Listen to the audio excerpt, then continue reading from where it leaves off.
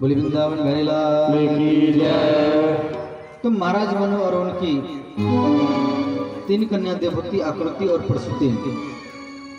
तो देवभूति का विवाह कर्दम जी के साथ में हुआ और यह कथा हम कल सुना चुके हैं। और आकृति का विवाह श्री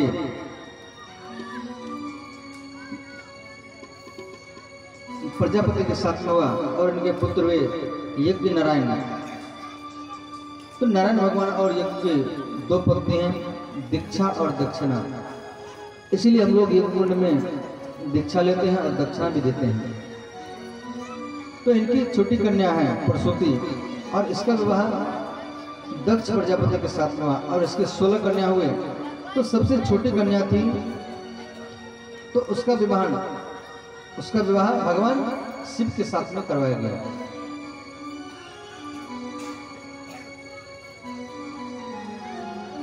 तो इस प्रकार धर्म की 16 कन्याएं और 13 कन्या धर्म के साथ एक कन्या अग्नि की पत्नी का नाम है स्वाहा। तो दक्ष प्रजापति को कन्या मिली और पितरगणों को, जो पितरगणों की पत्नी है उसका नाम है स्वधा। तो जब हम यज्ञ करते हैं, आहुति देते हैं, तो उसमें स्वाहा स्वाहा बोल करके आहुति देते हैं। और जब कोई मर जाता है तो पिंडदान करते हैं, तो उसमें हम लोग स्वधा स्वधा बोलते हैं। तो जब तक हम हवन कुंड में स्वाहा स्वाहा बोल करके आहुति नहीं देंगे तो आपके द्वारा दिया हुआ कोई भी यज्ञ हवन सामग्री होगा वो भगवान स्वीकार नहीं कर सकते हैं। हम लोग जो हवन करते हैं तो मानो भगवान को हम लोग भोजन करा रहे हैं। तो जब तक स्वाहा नहीं बोलेंगे तो तब तक भगवान भोजन आपके दिए हुए स्वीकार नहीं करेंगे। तो उसी प्रकार जब कोई व्यक्ति मर जाता है तो जब तक हम स्वधा नहीं बोलेंगे आपके पितरगण को भोजन नहीं मिलने वाला है। इसीलिए स्वधा बोलना ही पड़ेगा। तो स्वधा बोलने से आपके पितरगण को फिर भोजन मिलता है। तो इस प्रकार जो पितरगणों का पत्नी है और वे दक्ष प्रजापति कन्या, तो धर्म के द्वारा इसकी पुष्टि, जिस धर्म की पत्नी पुष्टि के गर्भ से भगवान नर नारायण का अवतार हुआ। बोले नर नारायण भगवान की जय। तो भगवान नर नारायण और इसके पिता का नाम है धर्मवीर। तो ये तपस्या करने के लिए गए बद्रीनाथ। तो बद्रीनाथ में ये बैर खा करके तपस्या किए तो नाम पड़ा बादरायण। तो ये दोनों भाई अखंड ब्रह्मचर्य में रहते थे और उस समय शास्त्रा कवच नाम का एक राक्षस था और ये छाती में 1000 कवच था। और भगवान सूर्य इनको वरदान दिए थे और ये मंत्र कवच था परंतु दिखाई किसी को नहीं देता था। तो 1000 वर्ष जो इसके साथ में 1000 वर्ष युद्ध करेगा तो उसका मृत्यु हो जाएगा।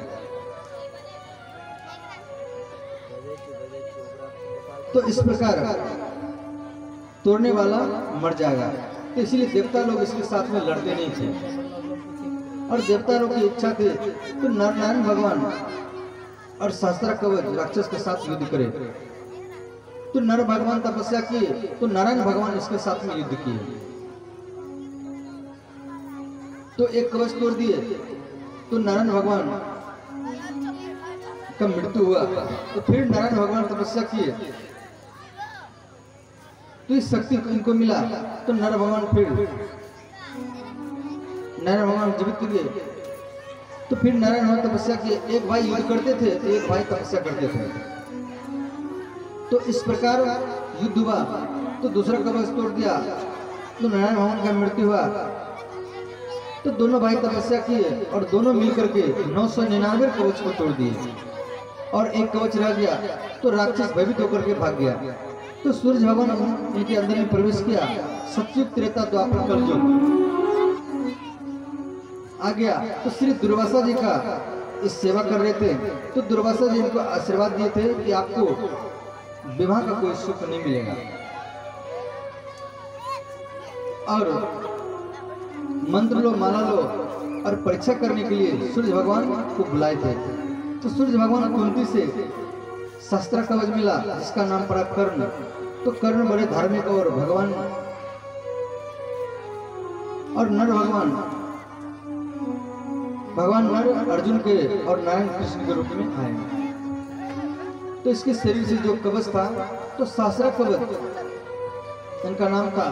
तो श्री नारायण भगवान जिसको वो आप लोग बोलते हैं बद्रीनारायण, तो इनको तपस्या के भंग करने के लिए 16,000 अप्सराओं को भेजा जिनके तपस्या को भंग करो। तो नारायण भगवान अपने जांग को रगड़ करके एक अप्सरा को जन्म दिए। तो इसके नाम है उर्वशी। उर्व माने जांग। तो नारायण भगवान जांग से उर्वशी को जन्म दी थी।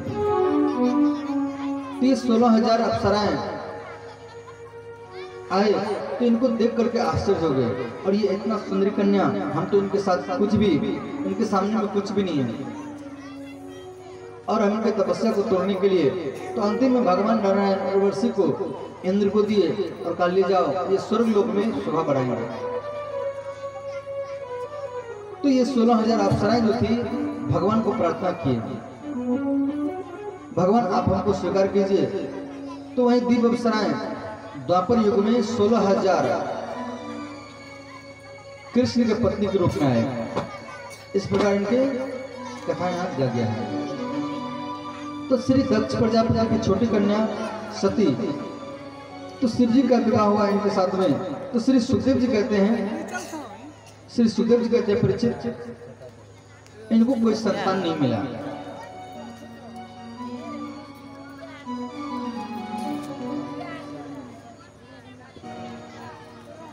जब देवी सती भगवान शिव की कथा में भगवान शिव कथा सुना रहे हैं और देवी पार्वती कथा सुन रही है,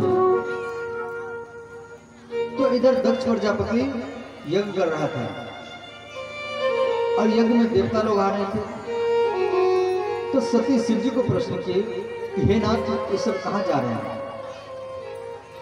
तो भगवान शिव बोले कि आपके पिता यज्ञ कर रहे हैं और इस सारा देवता लोग वहीं पे जा रहे हैं। तो देवी सती बोले हमें भी जाना चाहिए। तो भगवान शिव बोले कि आपके पिता हमें निमंत्रण नहीं दिया है और हम कैसे जाएंगे, और आपके पिताजी जो यज्ञ कर रहे हैं वो हमारा बेइज्जत करने के लिए यज्ञ कर रहे हैं, हमें निमंत्रण नहीं दिया है। तो यहाँ मां सती भगवान शिव से कह रहे हैं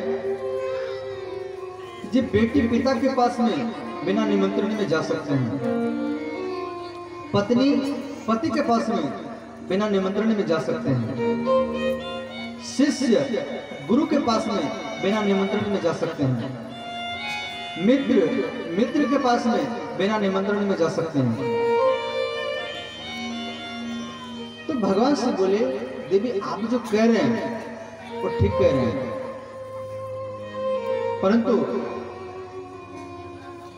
बेटी के पिता के पास में बिना निमंत्रण में जा सकते हैं, शिष्य गुरु के पास में बिना निमंत्रण में जा सकते हैं, मित्र के पास में बिना निमंत्रण में जा सकते हैं, पत्नी पति के पास में बिना निमंत्रण में जा सकते हैं।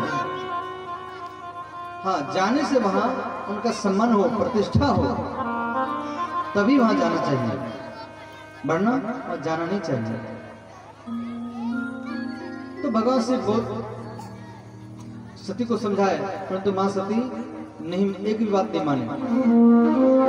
देखो स्त्री जो होती है एक बार हट कर ले तो वो किसी का नहीं होता है। तो यहाँ देवी सती वो पिता के यज्ञ में जा रहे हैं और भगवान से मना भी किए, परंतु बात नहीं माने। तो यहाँ पे भगवान शिव नंदी को बोले देखो ये पिता के यज्ञ में जा रहे हैं और बहुत बड़ा अनहोनी होने वाला है, तुम इसके साथ में जाओ। तो उस यज्ञ में उस यज्ञ का उद्देश्य एकमात्र था कि भगवान शिव का बेइज्जत करना। और यज्ञ में दधीचि मुनि भी थे और दधीचि मुनि बोले दक्ष प्रजापति को जी आप सारा देवता को बुलाए हैं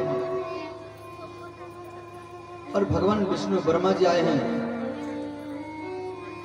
और शिव को आप बुला करके लाओ, निमंत्रण दो। तो दक्ष प्रजापति ने कहा मैं नहीं बुलाऊंगा। वो चमड़ा पहनते हैं, भस्म लेपन करते हैं, मंगल वेश धारण किए हैं, श्मशान में रहते हैं, मैं उसको अपने यज्ञ में नहीं बुलाऊंगा और मैं निमंत्रण नहीं दूंगा। तो अंतिम में दधीचि मुनि